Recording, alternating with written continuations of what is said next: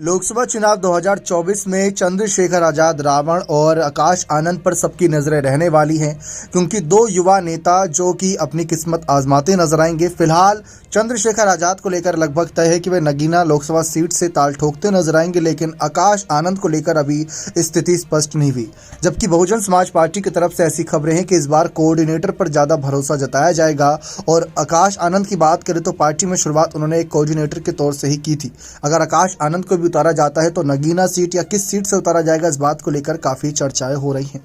फिलहाल बात करें इस बात को लेकर, चंद्रशेखर आजाद कई बार कह चुके हैं कि मायावती का साथ उन्हें मिलता तो जल्द ही वे राजनीति में और अपनी अच्छी पकड़ बना लेते और अपने बहुजन समाज को समाज में पूरी तवज्जो दिलाने की कोशिश करते, सरकार के फैसले को पलटने की कोशिश करते। लेकिन मायावती ने कभी उनका खुलकर समर्थन नहीं किया, लेकिन इसका विरोध भी चंद्रशेखर आजाद ने नहीं किया। उन्होंने कहा कि मायावती उनकी मां समान है और हमेशा उनका सम्मान करेंगे। वह राजनीतिक गुरु है मायावती, उनका सम्मान करेंगे। बात जब आकाश आनंद की आई थी तो चंद्रशेखर आजाद इस बात से काफ़ी निराश हुए थे कि चंद्रशेखर आजाद ने कहा था कि आकाश आनंद को मायावती ने अपना उत्तराधिकारी घोषित करके गलत फैसला लिया, क्योंकि जिस तरीके से आकाश आनंद राजनीति में आए, सब जानते हैं कि कैसे उनकी एंट्री हुई। मायावती के कहने पर ही उनकी एंट्री हुई।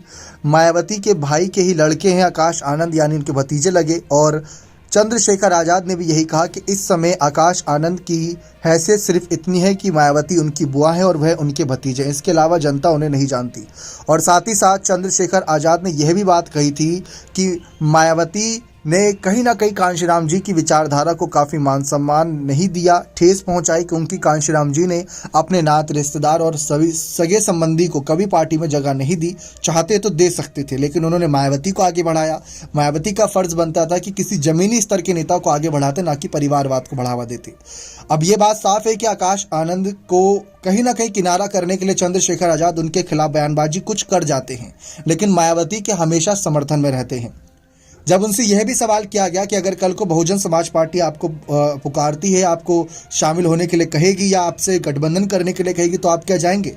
चंद्रशेखर आजाद ने कहा कि अगर ऐसा होना होता तो कब का हो चुका होता, लेकिन लग नहीं रहा मायावती के फैसलों को देखकर कि वह हमें कभी तवज्जो देना चाहेंगी, क्योंकि जब गोलीकांड हुआ था तब भी मायावती ने एक भी बात नहीं कही।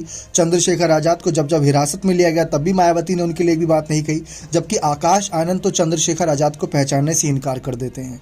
तो कभी भविष्य में अगर बहुजन समाज पर ज़्यादा ही आँच आएगी और बसपा को लगेगा कि उनको जनाधार पूरा ही खिसक गया है, तो शायद चंद्रशेखर आजाद से बात करने का फिलहाल विचार किया जाए। लेकिन चंद्रशेखर आजाद की बात करें तो भीड़ तो जुट जाती है उनकी रैलियों में, जनसभाओं में, लेकिन वह वोट में तब्दील नहीं हो पाती, जिसकी वजह से मामला काफ़ी अलग ही नजर आता है। क्या आपको लगता है कि कई भविष्य में चंद्रशेखर आजाद और आकाश आनंद एक मंच पर आ पाएंगे?